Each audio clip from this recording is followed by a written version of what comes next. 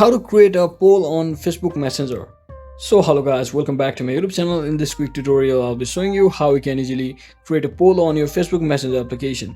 So let's get started. So first thing, what you will be needing is you must create a group in order to create a poll. So as you can see, I've currently created this group over here, and when I click on this plus icon at the bottom right corner, it will should appear the poll button over here. So let me just quickly show you an example in the personal message.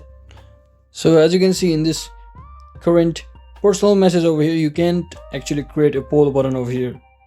So in order to create a poll, you must create a group. So let me just quickly create a poll by simply tapping on this poll button over here. So you just have to create a question just like this, and you can also add options like this, just like this, and you can keep on adding until you are satisfied just like this, and simply click on this create poll button over here to simply start creating the poll just like that. So that's it for today guys. I hope this video was helpful. If it was, don't forget to like and subscribe to the channel. See you on the next one.